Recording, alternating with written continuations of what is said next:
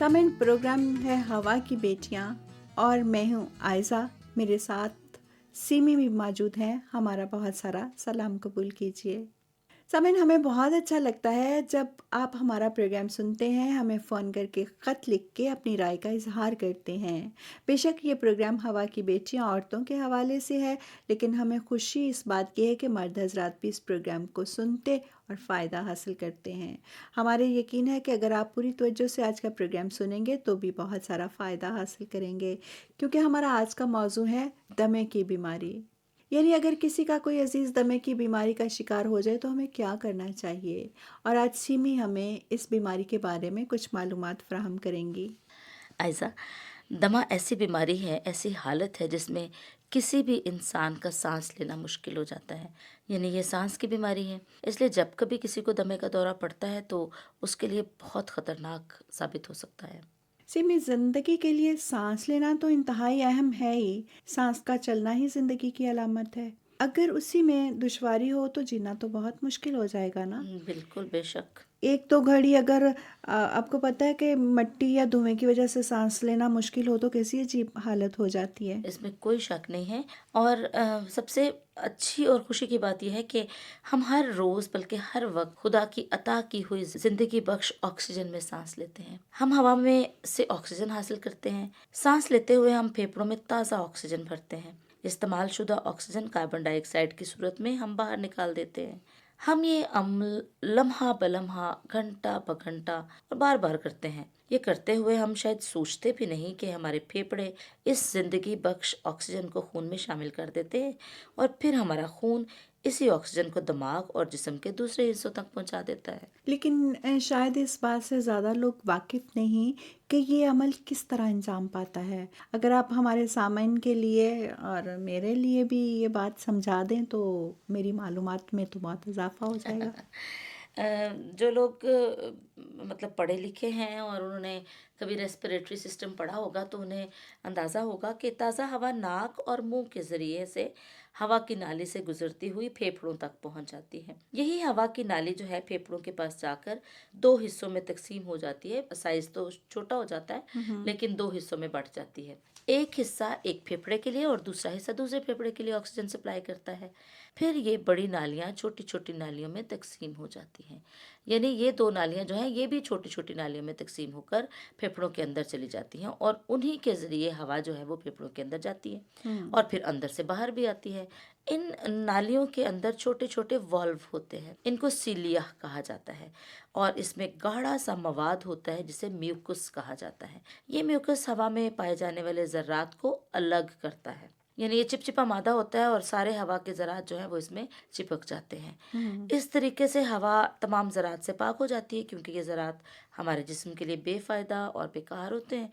इसलिए मतलब इनको अंदर जाने की ज़रूरत नहीं होती और इनको बाहर रुकना ही बेहतर होता है। ठीक। ये ज़रात जो है वो गर्द गुबार, जरासीम या नुकसान पहुंचाने वाले केमिकल्स होते हैं जिनकी हमारे जिस्म को ज़रूरत नहीं होती, बल्कि उल्टा ये नुकसान पहुंचाते हैं। इसीलिए जो छोटे छोटे वाल्व हैं ये म्यूकस को ऊपर की तरफ हवा की नाली में से गले में धकेलते हैं और खांसी करने से, छींक मारने से, निगलने के अमल से हमारी सांस जो है वो तमाम ज़रात से पाक हो जाती है। खुदा ने कैसा अच्छा इंतज़ाम किया है ना, कि हम बिल्कुल। सांस लें, ज़िंदा रहें और ऑक्सीजन में शामिल गंदगी को साफ़ करने के लिए भी खुद ही बंदोबस्त कर दिया उसने वो ना। कादर मुतलिक है।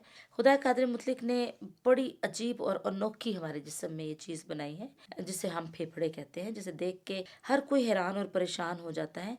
काफ़ी अरसे तक तो इस हमारे जिस्म के उज़्व की कारकर्दगी बेहतर रहती है, अच्छी रहती है। लेकिन जिस दुनिया में हम रहते हैं ये भी खुदा की एक अजीम दस्तकारी है जिसके खिलाफ हमसे गलतियाँ होती रहती हैं। इसकी खूबसूरती और अफादियत में कमी हो जाती है। जैसे दरख्तों को काट देना, ज़ाहिर है दरख्तों ही से हमें ऑक्सीजन मिलती है ऑक्सीजन मिलती है, बिल्कुल। और हम हवा में शामिल ऑक्सीजन में गंदगी शामिल करते जाते हैं। हम्म। यानी किसी चीज़ से आप फ़िल्टर निकाल देंगे तो फिर वो तो वो गंदा ही, गंदगी बिल्कुल। होती जाएगी। दरख्त जो है वो हमारे लिए फ़िल्टर है। अगर हम उसको काटते जाएंगे तो ऑक्सीजन कम होती कम होती जाएगी। जाएगी और गंदगी ज़्यादा बढ़ती जाएगी। और इसी तरह जब हम गंदी हवा को अपने अंदर ले जाते हैं तो इसमें शामिल जो कसाफ़तें हैं, छोटी छोटी सी चीज़ें, ज़रात हैं, वो हमारे फेफड़ों को कमज़ोर कर देते हैं।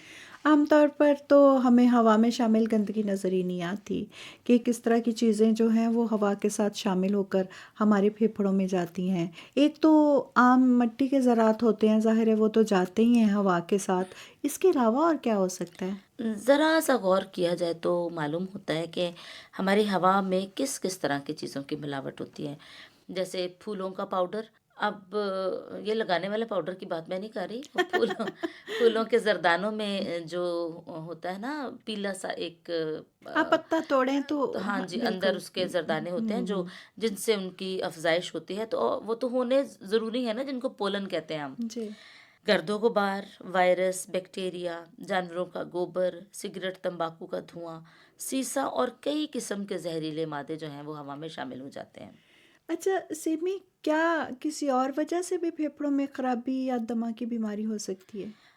जी बिल्कुल, हमने जैसा कि ज़िक्र किया कि खुदा ने कुदरती तौर पर हमारे जिस्म में एक निज़ाम बनाया है और सीलिया के अंदर मौजूद म्यूकस जो है वो हवा को साफ़ करके फेफड़ों में भेजती है और इससे कम से कम ज़रात के अंदर जाने के इम्कानात होते हैं। अब दूसरी वजूहात में से एक वजह ये भी है कि कुछ लोगों को हवा में मौजूद कुछ चीज़ों से एलर्जी होती है। उनकी खुराक में या फ़िज़ा के अंदर कुछ ऐसे जरासीम या वायरस या ज़रात सांस के निज़ाम को ख़राब कर देते हैं और सांस घुटने का सबब बनते हैं। इस तरह सांस बंद होने के अमल को दमा कहते हैं। इसकी एक वजह मौरूसी भी हो सकती है, जैसे किसी के दादा को या परदादा को या किसी को ये बीमारी हो तो वो आगे ट्रैवल करती जाती है अच्छा, एक दमे से। की हाँ बीमारी जी, भी दमे की मारूसी बीमारी भी। मौरूसी हाँ, हाँ, बीमारी हाँ। है और वो फिर ठीक, अब आने वाली नस्लों में से भी किसी ना किसी को हो सकती है। पहुंच सकती है। तो सिमी, ये बताइए कि इसका कोई इलाज है? ये ठीक हो सकती है मुकम्मल तौर पे?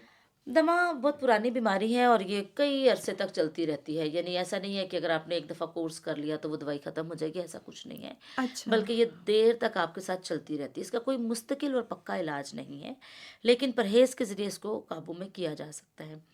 दमे को कंट्रोल में रखना बहुत ज़रूरी है, वरना ये जानलेवा साबित हो सकता है। जैसा कि आपने कहा कि 1-2 मिनट के लिए अगर मिट्टी की हुँ, वजह से या धुएँ की वजह से सांस बंद करना पड़े तो किस बहुत कदर मुश्किल मुश्किल होती होती है। है। तो जब दमे का अटैक रोकने के लिए कुछ ना कुछ किया जाएगा तो ज़ाहिर है सांस बहाल हो जाएगी हुँ। और ज़िंदगी वापस आ जाएगी। अगर नहीं तो फिर वो दमा जो है वो एक अटैक की सूरत में हमला करता है और इसी सूरत में शुरू होता है और फिर अगर उसको बरवक़्त इलाज ना किया जाए या उसकी केयर ना की जाए तो मौत भी वाक़या हो सकती है। अच्छा सिमी, ये होता है कि जो दमा है वो नज़ले ज़ुकाम से जी कहते हैं बिल्कुल, नज़ले क्योंकि शुरू होता है। सांस की बीमारी है ना, हाँ जी। तो नज़ले ज़ुकाम से शुरू होता है, फूड एलर्जी भी हो सकती है, कुछ ऐसी चीज़ें आप खा सकते हैं तो जिनसे ख़राश हो जाती है। देखिए, नज़ला ज़ुकाम तो किसी को भी हो सकता है। तो इस बीमारी में और कोई बताएँ कि क्या ऐसी चीज़ है, निशानी नज़र आती है? क्योंकि खाली नज़ले या ज़ुकाम में तो नहीं हम कह हाँ जी, सकते कि बिल्कुल दमा सही, हो हर एक गया। को तो नहीं हो सकता ना बिल्कुल। ये।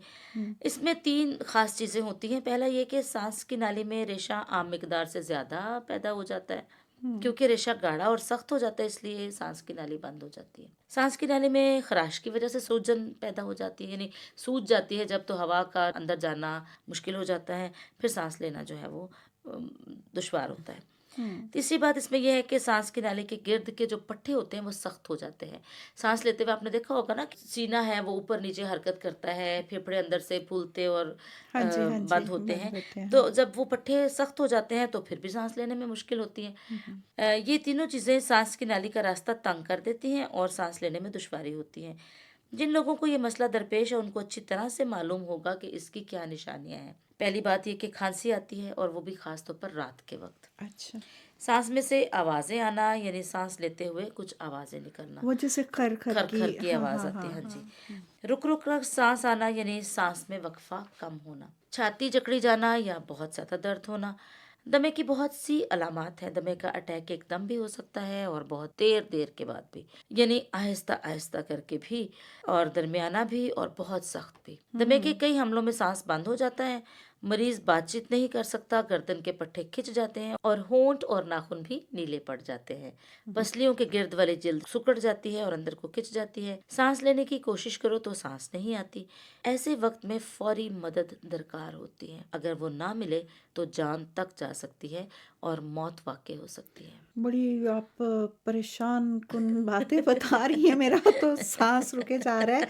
सिमी, आपने जानलेवा अटैक के बारे में तो बता दिया है, तो पता चलता है कि ये जो खांसी से शुरू होता है, जैसे आपने बताया रात को खांसी आती है, खरखर की आवाज़ आती है, तो ये सिर्फ खांसी ही है या हम इसको समझ लें कि ये दमे का अटैक है? आम किस्म का जो एक दरमियानी अटैक होता है ना, इसमें तो देखें आपने बताया कि छाती जकड़ जाती है, खांसी के साथ गाढ़ी बलगम निकलती है, नींद नहीं आती, बेचैनी महसूस होती है और सीटियों की आवाज़ आने लगती है। ये सब बातें आपने मतलब ये दमे की उसमें बताई हैं। मैंने आपसे पूछा था कि ये जो आम खांसी होती है, इसको तो नहीं ना हम कह सकते कि ये जी दमे का नहीं नहीं अटैक हो नहीं, गया? ऐसा कुछ नहीं है। असल में खांसी से शुरू ज़रूर होता है ये, लेकिन हम हर खांसी को दमा नहीं कह सकते। हम्म। इसके लिए ख़ास दवा लेने की ज़रूरत होती है और ये दवा सिर्फ डॉक्टर या हेल्थ वर्कर ही दे सकते हैं। आम खांसी की दवा किसी भी मेडिकल स्टोर से ली जा सकती है, लेकिन दमे की सूरत में आम खांसी की दवा से ख़तरनाक सूरत हाल पैदा हो सकती है।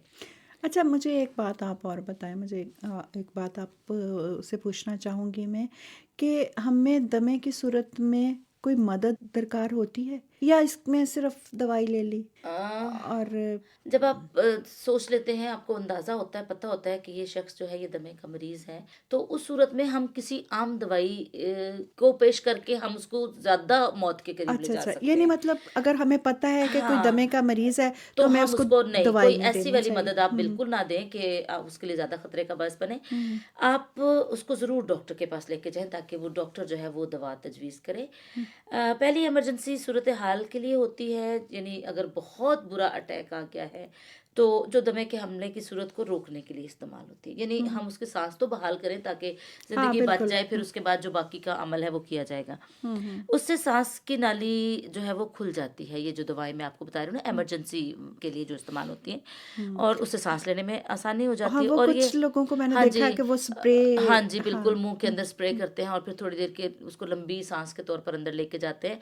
तो वो जो मेडिसिन है, उस स्प्रे में मेडिसिन होती है, आगे वो खुल वो जाती हैं। सांस की नाली में जाती है और फिर वो जाके फेफड़ों की जो रुकावट है उसको थोड़ी देर के लिए दूर कर देते हैं। इनको इनहेलर्स कहते हैं। हम्म। और फ़र्क फ़र्क तरह के अटैक में, यानी अगर बहुत मामूली वाला अटैक है तो शायद फ़र्क इनहेलर होता है, और फिर जो स्वेयर वाला हम्म। अटैक है, या और ये कि कभी कभी डॉक्टर सिर्फ एक बार यूज़ करने के लिए कहते हैं, और जो बहुत स्वेयर अटैक्स होते हैं उनमें शायद बार बार भी बार उसको बार यूज इस्तेमाल कराया करना जाए। पड़ता है। इसलिए मैं बार बार ये कहती हूँ कि डॉक्टर के मशवरे के बगैर कोई काम आप नहीं करें। हम्म। दूसरी किस्म की दवा जो है वो दमे के हमले को रोकने के लिए होती है। पहला तो हमला हो गया ना, तो हम्म। सांस खोलने के लिए हमने इनहेलर इस्तेमाल किया। ये दूसरा है कि हम हमले को होने ही ना दें, यानी अटैक आने से रोका कैसे जा सकता है। हम्म। ये दवा रोज़ाना बाकायदा लेनी पड़ती है और डॉक्टर बाकायदगी से चेक करके बताते हैं कि दवा ने असर किया है या नहीं किया है।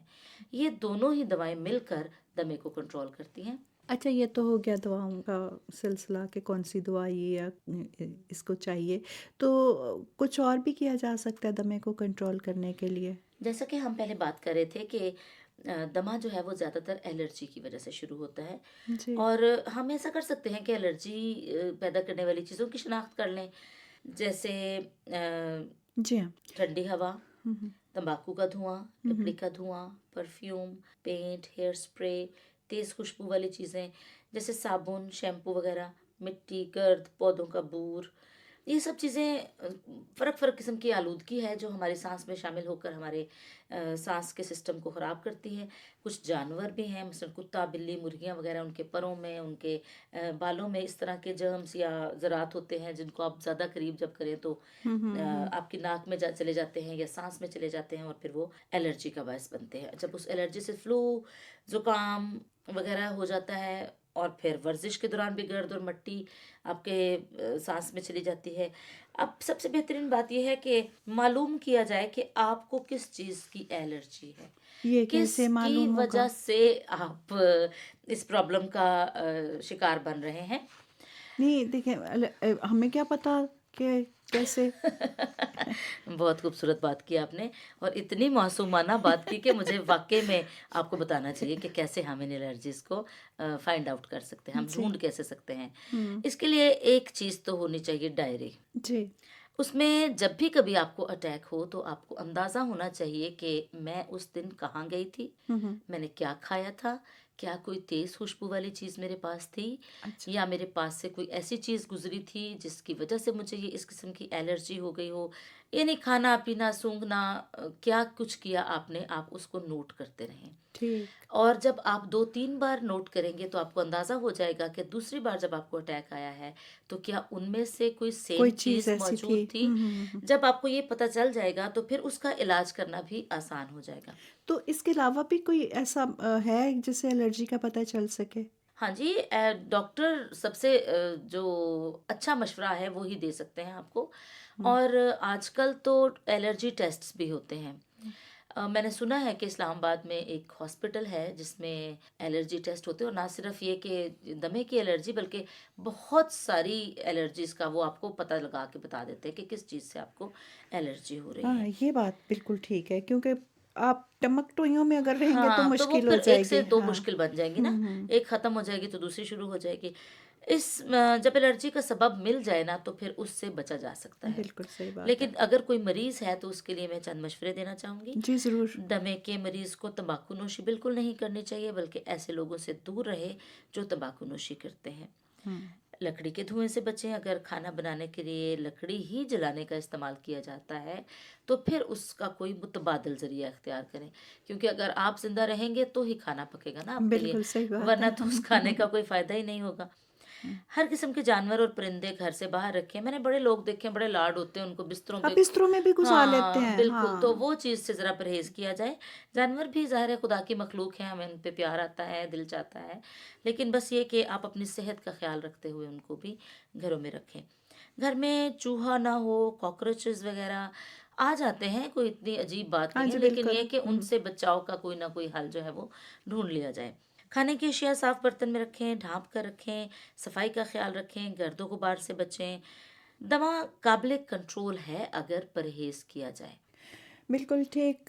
सामईन, खुदा जिसने हमारा ये खूबसूरत बदन तख्लीक किया है, वो हमारी सारी जिस्मानी कमज़ोरियों से भी वाकिफ़ है और दमा और इस जैसी कई बीमारियों से वो हमें खुद ही बचाता है, हमें महफूज़ रखता है और बीमारियों से निकलने की राह भी बताता है।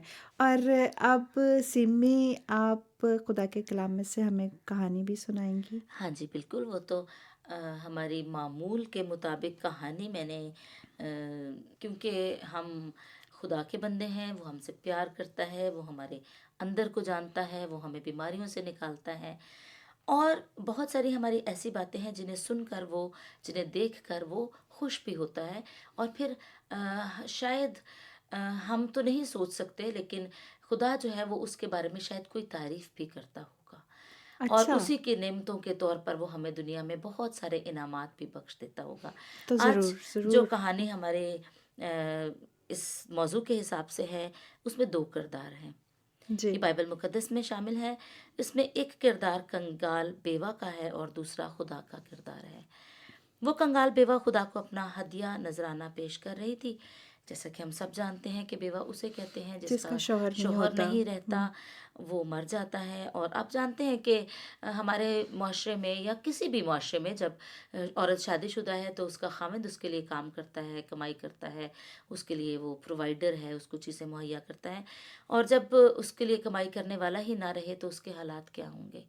कुछ तो वो जज़्बाती तौर पर परेशान हाल दिखेगी, ज़हनी और तौर कुछ पर, जिस्मानी वैसे तौर ही, पर हाँ जी, और फिर बिल्कुल मुफ़लिस और कंगाल और गरीब हो बिल्कुल जाती है। पैसे कहाँ से आएँगे? शायद कमाने आपके वाला ही या नहीं जब हमारे होगा। इलाके में, हमारे इर्द-गिर्द भी इस तरह के कुछ औरतें या लोग मौजूद हों जो अपने बच्चों का पेट पालने के लिए खूब मेहनत मज़दूरी भी करते हैं, लेकिन फिर भी गरीब और मुफ़लिस हैं। इसीलिए बाइबल मुक़द्दस हमें हुक्म देती है कि हम अपने इर्द-गिर्द रहने वाले यतीम बच्चों और बेवा औरतों की भी फ़िक्र करें। आज से 2000 साल पहले जिस कहानी का मैं ज़िक्र कर रही हूँ, जब खुदा का बेटा इस दुनिया में था, यीशु मसीह, तो वहाँ एक बेवा थी। वो कंगाल थी और उसकी कमाई करने वाला मर चुका था। वो बहुत मेहनत मज़दूरी करती थी, मगर फिर भी उसे कुछ ज़्यादा नहीं मिलता था। शायद उसके कपड़े भी फटे-पुराने और पैबंद लगे होते होंगे। शायद उसे अगले वक़्त के खाने की भी उम्मीद नहीं थी कि वो क्या खाएगी, क्या पहनेगी। उसके लिए एक-एक पैसा 100 रुपयों के बराबर था, क्योंकि उससे वो अपने लिए खाना खरीद सकती थी, और जीने के लिए ये बहुत ज़रूरी बात है। हम कुछ नहीं जानते कि उसके हालात कैसे थे, शायद उस पर कोई तरस खाता था या नहीं खाता था, हम तो उसका नाम भी नहीं जानते थे। लेकिन चूंकि उसके नाम के आगे कंगाल लगा हुआ तो हमें अंदाजा हो अंदाज़ा जाता। हो जाता है कि उसके फटे पुराने कपड़े होंगे, हम्म। उसके पास शायद उसकी शक्ल से भी ऐसा लग रहा हो कि उसने खाना कई दिनों से नहीं खाया, या शायद अगले वक्त के लिए भी उसके पास कुछ था या नहीं था। हम्म। वो औरत चलते चलते यरूशलेम में पहुंच गई, जहां एक खास त्यौहार था, और वो त्यौहार भी मन्नतें और हदिये और नजराने चढ़ाने का त्यौहार था। लोग दूर दूर से अपने हदिये नजराने और मन्नतें खुदा के हजूर पूरी करने आए थे, ताकि उन्हें हैकल के खजाने में जमा करा सकें। जब वो बेवा उस त्यौहार के दिन हैकल पहुंची होगी, तो उसके इर्द गिर्द खूबसूरत लिबास और जेवरात वाले बहुत से लोग मौजूद होंगे, जिनके हाथों में कीमती नजराने, हदिये और बहुत से पैसे और मालो दौलत भी होगा। जाहिर है, दो लोग जो दूर दूर से आते हैं आए अमीर थे। कबीर ही होते हैं। और जब हम अपनी मन्नतें मानते हैं, तो हम हमेशा कोशिश अपनी करते हैं, हैसियत अपनी हैसियत है। से बढ़कर भी कोशिश बिल्कुल। करते हैं कि अगर हमें ये चीज़ मिल जाए तो हम ये भी कर सकते हैं। हम्म। तो उस उन सब के बीच में जब उसने अपने हाथ में पकड़ी हुई उन 2 दमड़ियों को महसूस किया होगा, जो वो हम्म। नजराने या हदिये के तौर पर लाई थी, तो शायद उसको शर्मिंदगी हो रही सोच होगी, रही हूँ। महसूस कर रही थी कि ये तो बहुत कम है, पता नहीं खुदा अब इसको कबूल करेगा कि नहीं करेगा। लेकिन जो कुछ उसके पास था वो वही था। उसके अलावा वो उसके पास और कुछ नहीं था। वो चाहती थी कि उसके पास भी ज़्यादा हो और वो खुदा को नज़र करे। वहाँ हैकल में बहुत शोर शराबा था। हर कोई हैकल के नजराने में हदिया डाल रहा था। कोई भी उस बेवा की तरफ मुतवज्जो नहीं था। सब अपने आप में मगन थे। वो औरत 2 दमड़ियाँ नजराना करते हुए ये सोच रही थी कि क्या खुदा मेरा ये हदिया कबूल करेगा? क्या खुदा ने इस पर नज़र की है? किसी ने उस पर तब भी ध्यान नहीं दिया होगा। जैसे वो जाहिर आई है, थी, लोगों को क्या जरूरत है उसकी तरफ देखने की। जैसे वो गुमनाम आई थी, वो वैसे ही जा रही होगी, लेकिन किसी ने उसे देखा था। हम्म। नजरगाह के पास एक और शख्स भी उन अमीर लोगों के बीच में खड़ा था, फकीयों और फरीसियों के बीच में खड़ा था, और वो हर एक को नजराना पेश करते हुए देख रहा था। सब लोग उसकी नज़र में थे, ज्यादा देने वाले भी, कम देने वाले भी।